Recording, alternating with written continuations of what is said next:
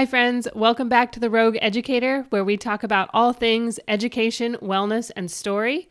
My name's Katie, and I was a substitute teacher and a full-time teacher on and off for 10 years, and boy, do I have some stories for you. Okay, first up, let's talk about what I like to call my initiation into the sub club. So I was subbing ninth grade in a public school in a small town in Oregon, and the class had just left the room, and I had settled back into the teacher's chair to enjoy and catch my breath during a class period off. As I leaned back in the chair, I ran my hands through my hair, and lo and behold, what did I find but Scotch tape? Yes, I had Scotch tape in my hair.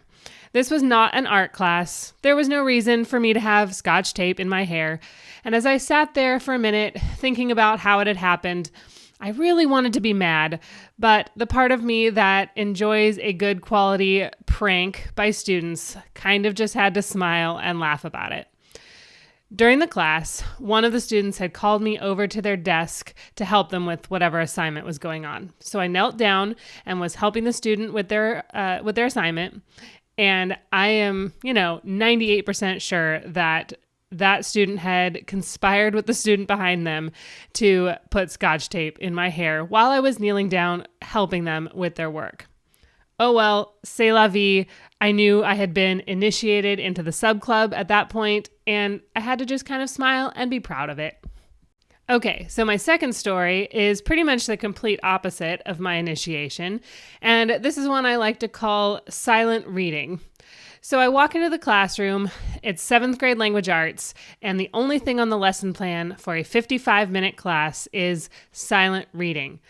I look at the clock, I have about 30 minutes before the students start to arrive, and I'm like, holy cow, I need to throw together some kind of lesson plan because this is just ridiculous. They are not going to silent read for 55 minutes. They are 7th graders. So the kids come in and I explain to them, my quickly thrown together lesson plan. And the students all look at me and say, but it's silent reading day. We want to silent read. And I'm like, excuse me, what? They say it again. We want to silent read. So I take a deep breath and I say, okay, we'll give it a shot. And sure enough, the kids picked out books, pulled them out of their desks, went over and got them out of the classroom library, and settled into their favorite places around the classroom and proceeded to read silently by themselves with very little distraction or interruption for 50 minutes. They didn't get squirrely until the last 5 minutes of class. I was flabbergasted, and frankly, I wanted an in on this teacher's training strategies for getting her kiddos to read so consistently and be excited about it. So anyway, I thought about this as the day went along and realized I have the whole day to read. This is the only prep the whole day. So I get 6 class periods to read all by myself while supervising these kids, and I get paid for it. That was a gift day. And days like that when you're subbing are pretty few and far between. But whenever I was experiencing the exact opposite, I would remind myself of gift days like this. When I could pick up a book, I picked up Walk Two Moons at the beginning of the day, and I gobbled down the whole book throughout the course of the day.